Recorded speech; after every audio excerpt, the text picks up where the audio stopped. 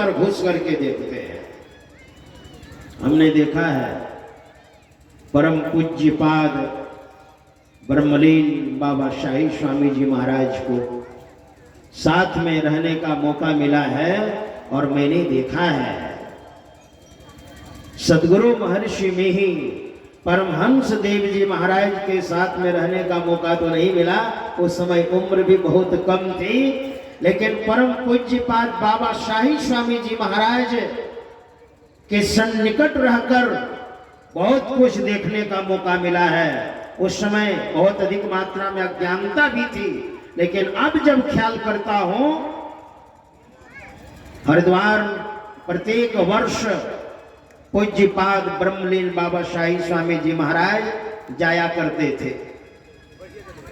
आज भी उन्हीं के वरद हस्त जिनके सिर पर सुशोभित हुआ परम पूज्यपाद स्वामी श्री प्रधानाचार्य चित्रानंद जी महाराज, ये भी जाते हैं अपने परिकर के साथ, अपनी टीम के साथ।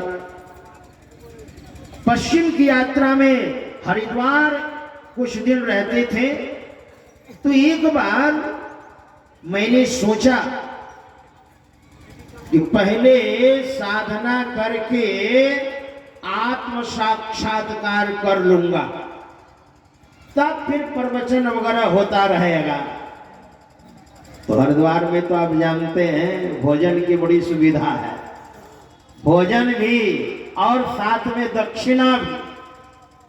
अगर भजन करने वाले हो तो कोई दिक्कत नहीं है, लेकिन भिक्षा की रोटी में बड़े बड़े दांत, भजन करे तो उबरे नहीं तो काढ़े आंख, ये भी बात। भजन करे तब तो उबरे, नहीं तो भजन होने नहीं देगी वह रोटी, वह खाद्य सामग्री। असंभव नहीं है लेकिन मुश्किल है।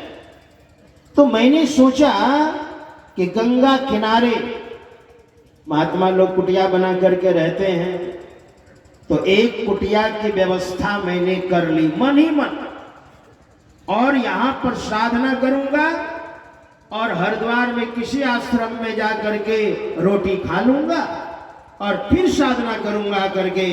लेकिन उस साधना काल में क्या पता ये शरीर रह भी सकता है, छूट भी सकता है, क्योंकि घोर तपस्या करनी है, कड़ी साधना करनी है।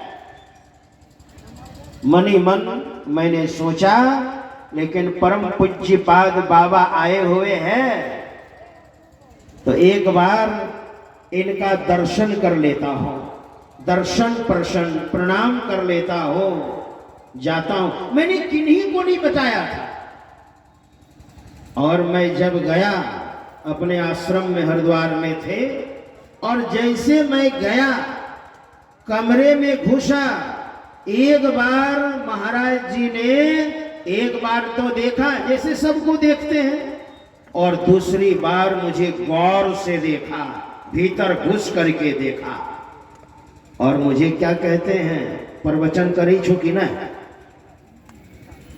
ऐसे प्रवचन करी छुकी ना।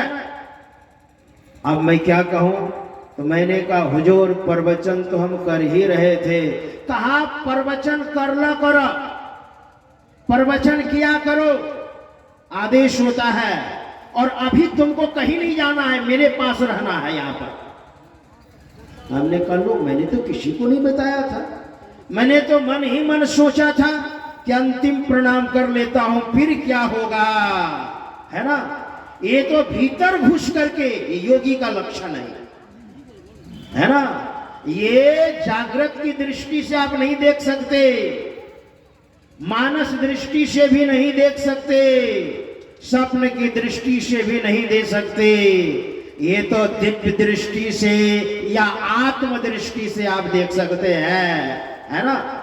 मैंने देखा, हरि राम, कैसे जान गए, ये योगी का लक्षण है। और थोड़ा सा बताता हूं,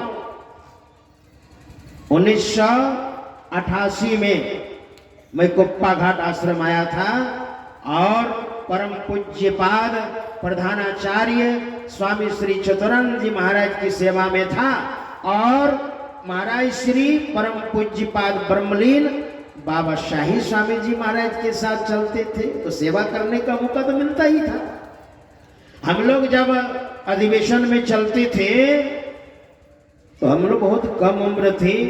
एक दिन परम पूज्यपाद बाबा शाही स्वामी जी महाराज ने मुझे कहा, तुम लोग गाड़ी में बैठते हो, अब कभी कभी 300 किलोमीटर चलना है, तुम लोग गाड़ी में बैठते हो और सो जाते हो, लेकिन मैं नहीं सोता हूं।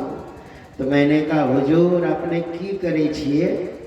कहा मैं आगे बैठता हूं ना तो मैं जप करता हूं, जप, और बीच बीच में मानस ध्यान करता हूं, और बीच बीच में ड्राइवर को भी देखता हूं कहीं ड्राइवर सो तो नहीं रहे हैं, क्योंकि लंबी यात्रा है ना, लंबी यात्रा है, ये योगी का लक्षण है।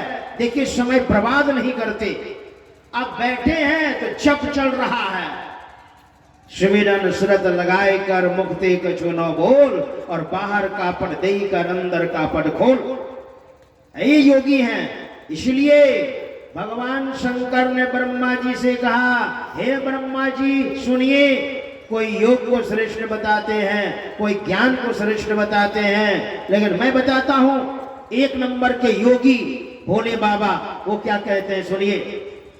मोमोक्षुर दृढ़ मध्य सेत, मोमोक्षु को, जिनको आत्म साक्षात करने का शौक है, आत्म साक्षात्कार करने की लगन है, जिनको अपना परम कल्याण करने की लगन है, तस्माद ज्ञानम च, तब कहा योगम च, पहले ज्ञान का हासिल कीजिए, सत्संग खूब कीजिए, और बात समझ में आ जाए तो दीक्षा लेकर के और साधना कीजिए, यानी योग कीजिए, कभी न कभी आत्म साक्षात्कार जरूर होगा।